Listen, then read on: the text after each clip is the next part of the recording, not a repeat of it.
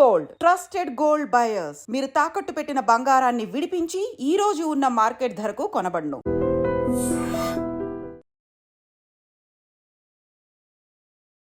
ఇప్పుడు ఏమనుకుంటున్నారంటే ఇండియా పాకిస్తాన్ మధ్య వార్ వస్తే ఏమవుతుంది?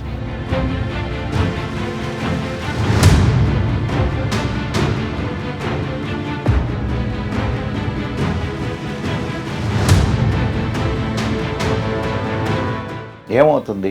పాకిస్తాన్ నాశనం అయిపోతుంది.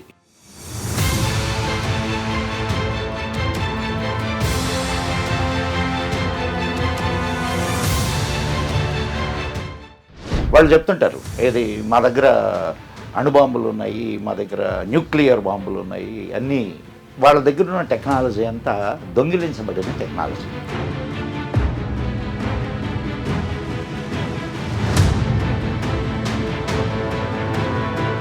ఇప్పుడు ఈ యుద్ధానికి ముగింపు ఎప్పుడు వస్తుంది సార్? అంటే ఏం జరగబోతుంది అసలు? మనం ఏమైనా చర్యలు తీసుకోబోతున్నాం? దీని తర్వాత ఒక అమ్మాయి ఒక్క మాట చెప్తాను నేనమ్మా. చెప్పండి సార్. పాకిస్తాన్ పూర్తిగా నాశనం అయిపోతే కానీ చాలా సమస్యలకి, అన్ని సమస్యలు పరిష్కారం అవుతాయని చెప్పను, చాలా సమస్యలకి పరిష్కారం దొరుకుతుంది.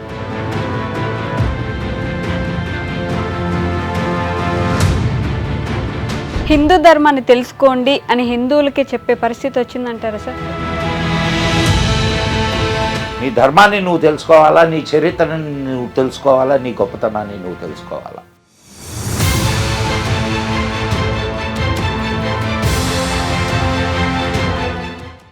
ఇండియా పాకిస్తాన్ మధ్య జరుగుతూ ఉన్న మరి ఎన్నో సంవత్సరాల నుంచి ఆ వైరం అనేది చూస్తూ ఉన్నాము. మరి దీనికి గల కారణాలు ఏంటో మన చరిత్రలో చాలామందికి తెలుసు. కాకపోతే ఇంకా దీని గురించి క్లుప్తంగా మరి వివరంగా చెప్పుకోవడానికైనా కానీ మనతో పాటు కూడా ఇప్పుడు చాలామంది మేధావులు కూడా చెప్పారు. ఏంటంటే ప్రస్తుతం ఇప్పుడు ఇండియా ఉన్న పరిస్థితులు చూస్తూ ఉంటే ఇండియా పాకిస్తాన్ మధ్య వార్ వస్తే ఏమవుతుంది, మరి వచ్చిన తర్వాత పరిస్థితులు కానీ మనం ఏదైనా డిఫికల్టీస్ ఫేస్ చేస్తామా, మరి పాకిస్తాన్లో వాళ్ళ ఒక పొజిషన్స్ ఎలా ఉంటాయి, ఇలా అన్ని వాటి గురించి కూడా మనతో పాటు మాట్లాడడానికి మరి మదన్ గుప్తా గారు మనతో పాటు ఉన్నారు. మరి సార్తో మాట్లాడదాం, ఇంకా బోల్డ్ అని వివరాలు అనేది కూడా అడిగి తెలుసుకుందాం. Hi sir. నమస్తే సార్. నమస్తే అండి సార్. ఎలా ఉన్నారు సార్? ప్రస్తుతం దాకా. ఈరోజు ఐడ్రీమ్ నుంచి నా పేరు చాణక్య, తన పేరు వైష్ణవి సార్. సార్ మేమిద్దరము మరి సామాన్య మానవుడు మరి వాళ్ళ మైండ్స్లో ఏ అయితే డౌట్స్ ఉంటాయో, మరి ఇలా వస్తే పరిస్థితి ఏంటి అని అనుకునే వాళ్ళందరికీ కూడా సో మీ ద్వారా, మీ మేధస్సు ద్వారా కూడా మరి అయితే ఆ జ్ఞానాన్ని పంచాలని కూడా మనస్ఫూర్తిగా నేను కోరుకుంటాను. తప్పకుండా నాకు తెలిసినంత వరకు ఖచ్చితంగా చెప్తాను. Yeah sir. ఇప్పుడు ఏమనుకుంటున్నారంటే ఇండియా పాకిస్తాన్ మధ్య వార్ వస్తే ఏమవుతుంది అనేది ప్రతి ఒక్కరి మైండ్లో మెదులుతున్న ఒక ప్రశ్న. మరి దానికి మీరేం చెప్తారు సార్? ఏమవుతుంది? పాకిస్తాన్ నాశనం అయిపోతుంది. పాకిస్తాన్ అనే పేరు లేకుండా పోతుంది. ఇప్పుడున్న పరిస్థితిని జాగ్రత్తగా మీరు గమనిస్తే వాళ్ళు చెప్తుంటారు, ఏది మా దగ్గర అణుబాంబులు ఉన్నాయి, మా దగ్గర న్యూక్లియర్ బాంబులు ఉన్నాయి, అన్నీ వాళ్ళ దగ్గర ఉన్న టెక్నాలజీ అంతా దొంగిలించబడిన టెక్నాలజీ. ఓకే. అండ్ ఇప్పటి వరకు వాళ్ళు చేసిన పరిశోధన అంటూ ఏం లేదు. ఏది ఇప్పుడు మనం మిజైల్స్ టెస్ట్ చేస్తున్నాం, అండ్ చాలా వరకు వాళ్ళది చైనా నుంచి తెచ్చుకునే టెక్నాలజీ. చైనా టెక్నాలజీ ఎంతో ఏందో తెలుసు కదా మీకు. చైనా ప్రోడక్ట్ అంటే ప్రపంచంలో ఎటువంటి ఇది ఉందో తెలుసు కదా. సో వాళ్ళు ఏదైనా పేలిస్తే బహుశా అక్కడే పడి పేలవచ్చు కూడా అది. అండ్ ఇది సో న్యూక్లియర్ వార్ని గురించి మనం భయపడాల్సిన పని లేదు. అండ్ రాజ్నాథ్ సింగ్ పోయినసారి ఒక దీంట్లో చెప్పాడు, మా దగ్గర ఉండే ఏమన్నా దీపావళి టపాసులా మా దగ్గర ఉన్నాయి, మేము పేల్చగలం అని. అయితే వాజ్పేయి టైంలో ఒక మాట చెప్పారు, ఏందనంటే ముందుగా మేము పేల్చము అని. ఇప్పుడు అది కూడా లేదు. ముందుగా మనం కూడా వేయచ్చు. ఎందుకనంటే ఇప్పుడు ఏదైనా రెండు దేశాల మీద ఆధారపడి ఉంటుంది. వాడి దగ్గర ఉంటే అది పిచ్చివాడి చేతుల్లో రాయి.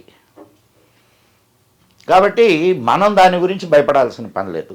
అండ్ ఇంకొకటి, అక్కడ మిజైల్ లేవగానే దాన్ని గాలిలోనే ఎదిరించే శక్తి కలిగినటువంటి వెపనరీ మనం తెచ్చుకున్నాం, S-400. ఓకే. సో ఆ విషయంలో కూడా మనం ఆలోచించాల్సిన పని లేదు.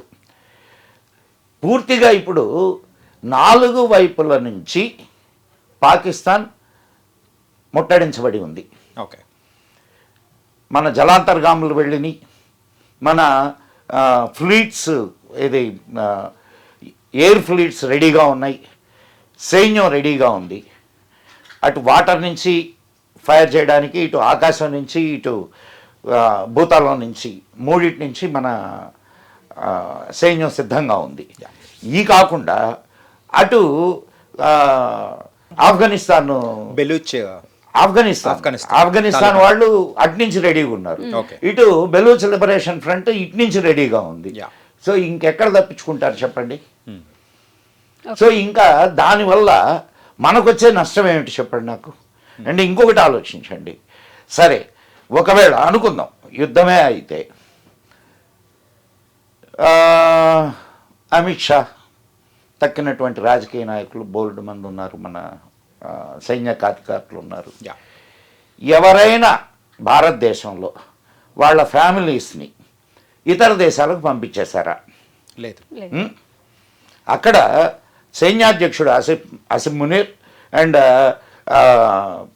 మొత్తం అందరూ, ఒకరని కాదు, అక్కడ ఉన్నటువంటి రాజకీయ నాయకులు అండ్ సైన్యాధికారులు, అంటే పై స్థాయి సైన్యాధికారులు, ఇండస్ట్రియలిస్టులు, పెద్ద పెద్ద బ్యూరోక్రాట్స్, వీళ్ళందరూ వాళ్ళ ఫ్యామిలీస్ని అనేక దేశాలకు పంపించేశారు. తెలుసా మీకు? సో ఎందుకు పంపించారంటారు? దీని వెనక ఉన్నటువంటి కారణం ఏంటి అంటే they know that this will be collapsed. ఇప్పుడు అది ఏం కొలాప్స్ కాదు, మనం చాలా గట్టివాళ్ళం, మనం ఎదుర్కోగలం అని అనుకున్నప్పుడు మన రాజకీయ నాయకుల్లాగానే, మన బ్యూరోక్రాట్స్ లాగానే, లేకపోతే మన దేశంలో ఉన్న ఇండస్ట్రియలిస్టుల లాగానే ఉండేవాళ్ళుగా. మరి ఎందుకు పారిపోతున్నారు? ఎందుకు పారిపోతున్నారంటే దే నో వెల్. మొట్టమొదట ఇప్పుడు చేసినటువంటి పరిస్థితులను కానీ మీరు జాగ్రత్తగా గమనిస్తే, మొట్టమొదట అందరినీ ఏది ఇంటర్నేషనల్ కమ్యూనిటీని ఉద్దేశించి మాట్లాడారు. ఇక్కడున్న ఎంబసీస్ వాళ్ళందరినీ పిలిచి జరిగినటువంటి ఇష్యూనంతా కూడా వివరించారు. అంటే ముందుగానే మనం అందరి ముందరి కాళ్లకు బంధాలు వేసాం. అందరూ ఇప్పుడు మనకు సపోర్ట్ చేస్తున్నారు. అండ్ మోడీ ఒక ప్రసంగం చేశాడు బీహార్లో. అది చాలా అంటే ఇప్పుడు ఏ సమయంలో రాజకీయ నాయకులు ఎటువంటి ప్రసంగాలు చేస్తారో దానిని బట్టి మనం విషయాన్ని అంచనా వేయొచ్చు. ఇప్పుడు యుద్ధం ఈ డేట్కి మొదలవుద్ది, ఇప్పుడు మొదలవుద్ది, ఈ సమయానికి మొదలవుద్ది అని చెప్పరుగా. పోనీ యుద్ధం చేస్తామని కూడా చెప్పరు. కానీ యుద్ధం చేస్తారని ఎందుకు అనుకుంటున్నాం? ఎందుకంటే అక్కడ మన మీద జరిగిన దాడి అలాంటిది, అండ్ ఇలాంటిది మరొకసారి రాకుండా ఉండడానికి ప్రస్తుతం ఇప్పుడు వేస్తున్న అడుగులు ఒక కారణం అని చెప్పుకోవచ్చు. చూడు, మనవాళ్ళు చెప్తుంటారు, మీరు మామూలుగా మీడియాలో వాళ్ళు కదా, మీరు బాగా వింటుంటారు ఒక విషయాన్ని. ఏం విషయం వింటుంటారు? టెర్రరిజానికి మతం లేదు, కానీ సత్యవాళ్ళకు మాత్రం మతం ఉంది. మతం కోసమే కదమ్మా చంపింది. హిందూ, నువ్వు హిందువా అని అడిగి మరీ చంపారు. మరి చచ్చిన వాళ్ళకు మతం ఉంది. వీళ్ళు చెప్తున్నారు ఇప్పుడు ఏది ఒక ముస్లిం కూడా చనిపోయాడు. ముస్లింని ఎందుకు చంపారో తెలుసా మీకు? హెల్ప్ చేసినందుకు. మళ్ళీ నెక్స్ట్ హెల్ప్ కాదు, ఏం కాదమ్మా, హీఈస్ ఎ షియా. చంపినవాడు సున్నీ,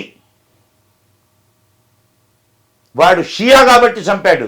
కానీ ఈ వైరం ఇప్పుడు మొదలైంది కాదు కదా సార్. తాత్కాలిక పరిష్కారాలే కాకుండా శాశ్వత పరిష్కారాలు ఏమైనా దొరుకుతాయంటారా? ఎందుకు దొరకవమ్మా? ఎందుకు దొరకవు?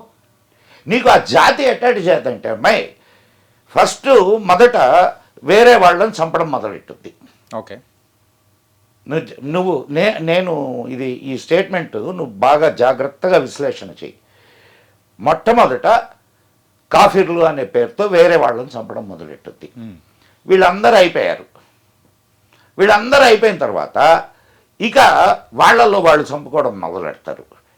షియాలు సున్నీలను చంపడము, సున్నీలు షియాలని చంపడము, లేకపోతే అహ్మదీయాలను చంపడము, ఇట్లా వాళ్ళలో అంటే అదొక మనస్తత్వం అమ్మా. పోనీ ఇప్పటికీ 3 సార్లు యుద్ధం జరిగింది, ఓడిపోతామని తెలుసు, ఎన్ని రకాల మాటలు మాట్లాడుతున్నారు. రక్తం పారిస్తామని అంటాడు ఒకడు, అవును, బిలావెల్ భుట్టో. పారిస్తాడమ్మా, నలుగురిని చంపి ఇచ్చేస్తే రక్తం పారినట్టేనా? ఇప్పుడు రేపు మొదలైంది అనుకో విషయం, ఎంత రక్తం పారుద్ది, ఎవడిది పారుద్ది? సార్ ఇప్పుడు ఇండియా తీసుకున్న స్టెప్స్ ఒకసారి అబ్జర్వ్ చేసుకుంటుంటే ఒక రక్తపు చుక్క కూడా కింద పడకుండా బుల్లెట్ అనేది అంటే ఆ శబ్దం లేకుండా యుద్ధాన్ని మనం గెలిచే అవకాశాలు ఏదన్నా ఉన్నాయా ఇండియాకి మెయిన్గా? అసలు ఎందుకు అనుకోవాలయ్యా అట్లా? అవసరం అయినప్పుడు అన్నీ వాడాలా. ఇప్పుడున్నటువంటి పరిస్థితుల్లో యుద్ధం అనేది ఒకే రకంగా జరగదు, అనేక రకాలుగా యుద్ధం జరుగుద్ది. అంతర్జాతీయంగా మనం టెక్నాలజీతో యుద్ధం చేయొచ్చు, ఎకానమీతో యుద్ధం చేయొచ్చు. అండ్ నీకు ఇప్పుడు వాటర్ ట్రీటీ దాన్ని ఆపారు, దాంతో యుద్ధమే అది. ఇట్ ఈస్, మీరేమనుకుంటున్నారంటే అది ఒక చిన్న సంఘటన అనుకుంటున్నారు. శాశ్వతంగా ఆగిపోతుందా సార్ మరి ట్రీటీ? ఆగిపోద్ది శాశ్వతంగా ఎందుకు ఆగదు? కొన్ని రోజులు తాత్కాలికంగా తీసుకుని. ఇప్పుడు చూడమ్మా, మనకు అంటే ప్రత్యేకంగా భారతీయులకు, ప్రత్యేకంగా హిందువులకు, సనాతన ధర్మాన్ని పాటించే వాళ్ళకి పాములకి పాలు పోస్తాం, అవసరమైతే సర్పయాగము చేస్తాం. అర్థమైందా? నీళ్లు ఇవ్వకుండా వాళ్ళని మార్చను గలము, నీళ్లు పూర్తిగా వదిలి వరదలు తీసుకురాగలం. నేను ఎందుకు ఈ క్వశ్చన్ అడిగానంటే ఇదే సార్ మెయిన్గా. అర్థమైంది కదా? సో వార్ అనేది నువ్వు ఎట్లా మొదలు పెడతావు అనేది దానికి నువ్వు అమ్యునిషనే వాడాల్సిన పని లేదు. అలానే ఇప్పుడు ఒకవేళ మళ్ళీ యుద్ధం వస్తే కూడా ఒక దశాబ్దం మళ్ళీ వెనక్కి వెళ్ళిపోవాల్సి వస్తుంది కదా సార్. ఇంటింటికి ఒక ప్రాణమైన పోయే ఛాన్స్ ఉండొచ్చు కూడా కదా. మరి యుద్ధాన్ని ఎందుకు కోరుకుంటున్నాం అంటే ఏం చెప్తారు? ఎవరు కోరుకుంటున్నారమ్మా? మన ఇండియా ముందుకు వెళ్తుంది కదా సార్ యుద్ధానికి. నువ్వు నేను కోరుకున్నావా? లేదా సార్? లేదు ఇంకొంతమందిని చంపించుకుందావా? జరిగితే ఒకసారే కదా జరుగుద్ది, కరెక్ట్. కానీ అంటే శాశ్వతంగా పరిష్కారం దొరుకుతుందనే సార్? అదే లేదు, ఇంకోసారి కొట్టుకుంటాం. 1947లో లక్షల మంది చావలా ఈ దేశ విభజన జరిగినప్పుడు? ఏం చేసాం?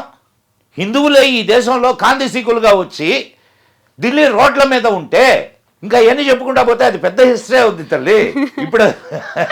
ఇప్పుడు టాపిక్ అది కాదు కదా, ఇప్పుడు యుద్ధాన్ని గురించి మాట్లాడదాం. ఇప్పుడు ఈ యుద్ధానికి ముగింపు ఎప్పుడు వస్తుంది సార్? అంటే ఏం జరగబోతుంది అసలు? మనం ఏమైనా చర్యలు తీసుకోబోతున్నాం దీని తర్వాత? ఒక అమ్మాయి ఒక్క మాట చెప్తాను నేనమ్మా, చెప్పండి సార్. పాకిస్తాన్ పూర్తిగా నాశనం అయిపోతే కానీ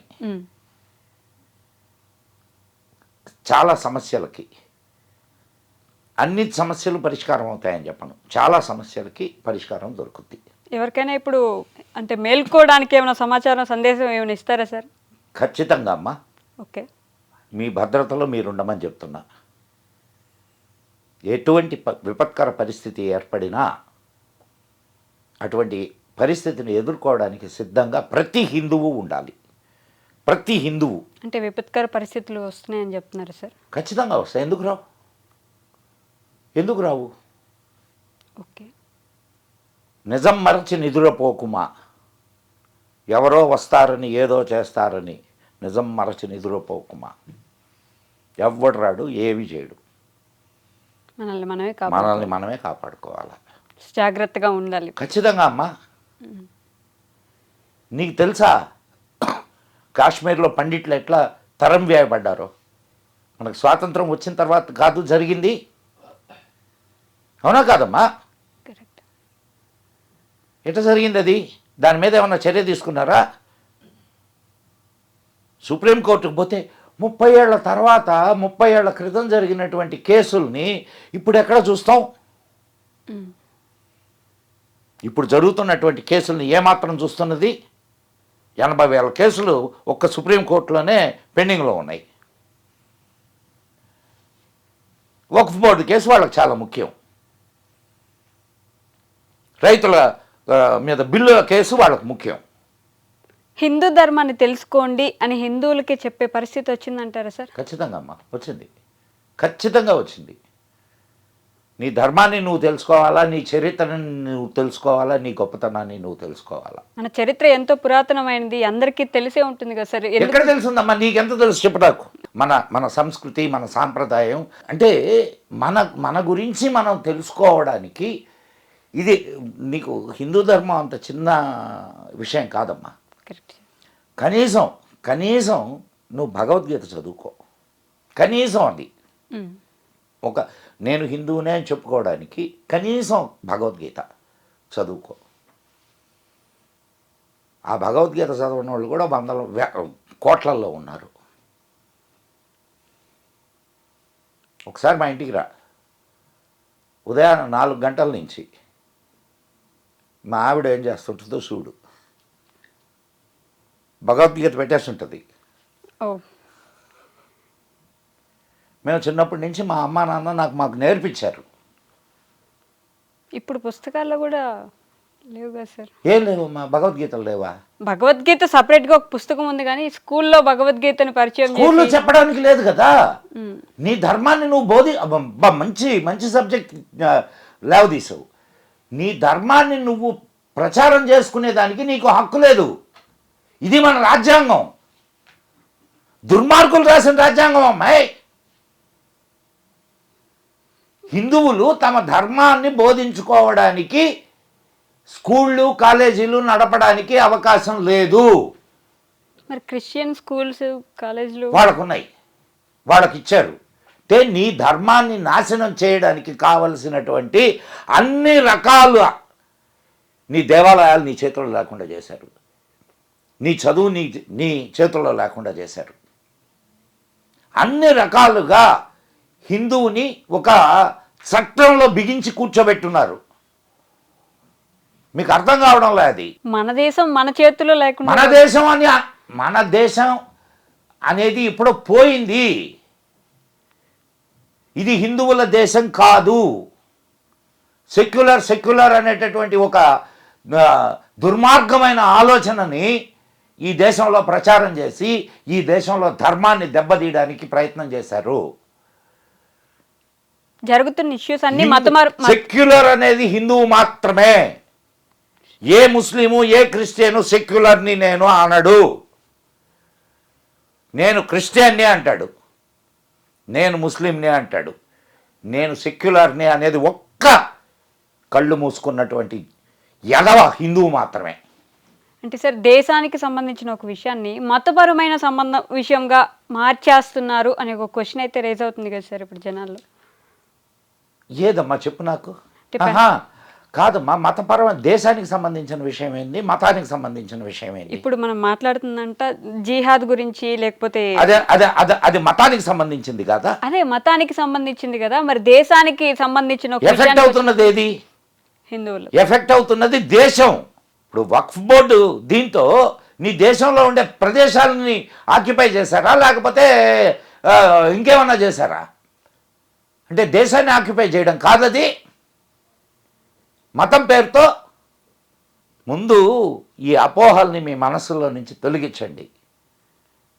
ఈ దేశం నీది, ఈ దేశం హిందూ ధర్మాన్ని అనుసరించేటటువంటి వాడిది.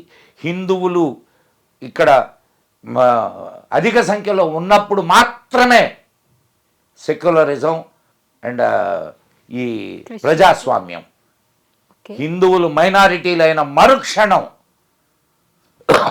భారతదేశంలో సెక్యులరిజం ఉండదు, భారతదేశంలో ప్రజాస్వామ్యం ఉండదు. అంటే అలాంటి సిచ్యువేషన్ రాబోతుందని చెప్తున్నారు సార్. ఎందుకు రాదు? హిందువులు కళ్ళు మూసుకొని ఉంటే అదే వస్తుంది. ఎందుకు రాదు? ఒక్కొక్కరు 10 మంది పిల్లల్ని 12 మంది పిల్లల్ని కంటా ఉంటే రాదా? వాళ్ళ జనాభా ఎక్కువైనప్పుడు ఆ పరిస్థితి వస్తుందే రాదా? ఈరోజు బెంగాల్లో జరుగుతుందా లేదా? కేరళలో జరుగుతుందా లేదా? నేను చెప్పింది అదే. 700 పాకిస్తాన్లో ఉన్నాయి నీ దేశంలో, నీ రాష్ట్రంలోనే, మన తెలంగాణలోనే బైన్సాలో జరిగింది ఏంది? ఎక్కడమ్మా ఇంకా కళ్ళు మూసుకొని ఉంటే ఎట్టమ్మా? నిన్ను కత్తులు తీసుకొని పోయి చంపమని చెప్పడం లేదు. కనీసం చంపడానికి వచ్చినప్పుడు ఎదిరించడానికి సిద్ధంగా అండి. ఒకరు ఎదిరిస్తే సరిపోతుందా సార్? ఇద్దరు ఎదిరిస్తే సరిపోతుందా? జరుగుతుందంటారా? ఏదైనా ఆగుతుందంటారా? ఏదైనా ఇదో 1000 మైళ్ళ ప్రయాణమైన మొదటి అడుగుతోనే మొదలవుద్ది. Correct. Agreed. ఆ ఒక్కడితోనే మొదలవుద్ది. కానీ ఆ ఒక్కడు నువ్వేగా. నువ్వు హిందువు సాత్వికుడు, హిందువు ఎవరిని చంపడు. కానీ తను చావడానికి వచ్చినప్పుడు ఖచ్చితంగా ఆత్మరక్షణ చేసుకోవడం అనేది నీకు రాజ్యాంగం ఇచ్చిన హక్కు, ప్రాణం ఇచ్చిన దేవుడిచ్చిన హక్కు. ఇలా మనమే ఎట్లుంటే అంటే అప్పట్లో శంభాజీ మహారాజ్ లాంటి వాళ్ళే చేయలేనప్పుడు మనం చిన్న ఎవరు చిన్న చేయలే? ఎందుకు చేయలే? అంత కష్టపడి కూడా చివరికి ఏం చేశారమ్మా? అంత కష్టపడి కళ్ళు, ఏం చేశారు? నాలుక పోగొట్టుకున్నాడు. ఒక్కడే కదా పోగొట్టుకున్నాడు. ఒక్కడే కదా పోగొట్టుకున్నాడు. కానీ ఎంతమందికి స్ఫూర్తినిచ్చాడు ఆయన? రాణా ప్రతాప్ ఒక్కడే కదా ఎంతమందికి స్ఫూర్తినిచ్చాడు? శివాజీ ఒక్కడే కదా ఎంతమందికి స్ఫూర్తినిచ్చాడు? వివేకానందుడు ఒక్కడు కాదా ఎంతమందికి స్ఫూర్తిగా నిలిచాడు? ఝాన్సీ లక్ష్మీబాయి ఒకటి కాదు ఎంతమందికి స్ఫూర్తినిచ్చింది? వాళ్ళు బ్రతికేరా చచ్చారా? ప్రతివాడు చేస్తాడమ్మా, ప్రతివాడు చేస్తాడు. కానీ ఆ పుట్టుకకు ఒక ప్రయోజనం ఉండాలా, ఆ బ్రతుకు ఒక ప్రయోజనం ఉండాలా. ఆ ఒక్కరు మనమే అవ్వాలి, కావడానికి ప్రయత్నించాలి అట్లీస్ట్. సో ఇప్పుడు పాకిస్తాన్తో యుద్ధం వస్తే ఏం జరుగుద్ది? ఏమీ జరగదు. పాకిస్తాన్ సంకనాకి పోద్ది. మనకొచ్చే ఇది నష్టమే conclusion. లేదు, మనకొచ్చే నష్టమే లేదు. ఏముంటుందమ్మా నష్టం? ఉంటుంది కొంచెం నష్టం, కొంచెం నష్టం. బికారు దేశం, మా అడుక్కునే దేశం అది.